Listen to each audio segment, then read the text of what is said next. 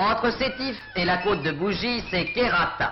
Si la Chifa avec ses singes est un défilé pittoresque, si Palestro est le défilé des sportifs, Kherrata est, par l'esprit qui l'anime comme par le visage qu'il montre, le défilé héroïque. On y arrive par une suite de plateaux dont le dernier découvre soudain le marché qui se tient en contrebas du village. Marché pittoresque fréquenté par une foule tapageuse. En pays kabyle, le marché tient une grande place dans la vie paysanne. C'est là sans doute que s'opèrent les multiples transactions, mais c'est là surtout qu'on rencontre les amis et les parents éloignés. C'est là aussi que se confient, que s'apprennent, que se colportent toutes les nouvelles, petites et grandes. Le marché kabyle, c'est la gazette.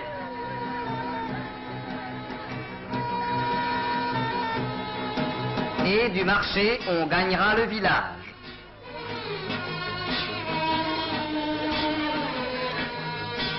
Du village, on redescendra vers cette trouée fantastique. Les autochtones l'ont nommé Chabet El Akra, le ravin de la mort.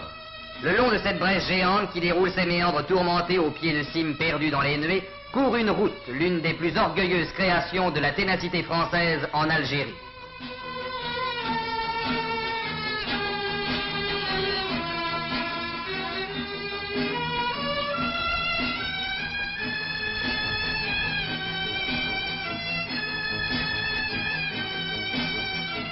Tant était farouche la renommée de ces lieux redoutés que les premiers Français qui passèrent ici ont laissé dans le lit du torrent une carte de visite étonnante.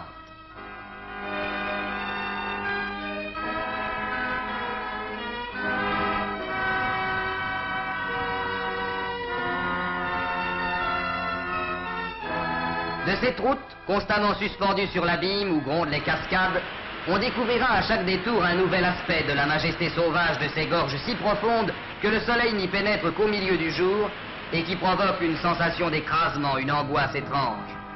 Seule la vision en contrebas d'un petit pont ancien met un détail humain dans cet amoncellement dantesque.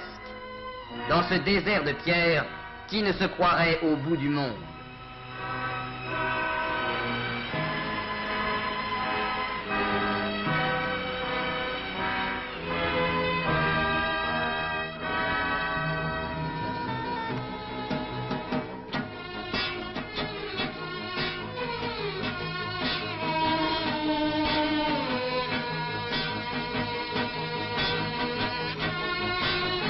Même les rares passerelles qui traversent le gouffre font songer à des pays perdus, à des îles encore sauvages.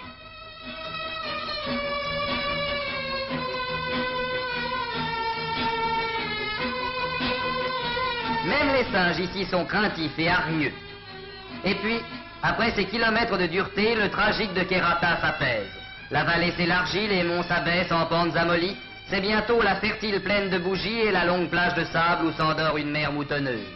Contraste étonnant en quelques kilomètres entre les gorges terrifiantes que l'on vient de quitter et la mer au chant éternel. Et c'est là encore sans doute l'un des charmes de l'Algérie.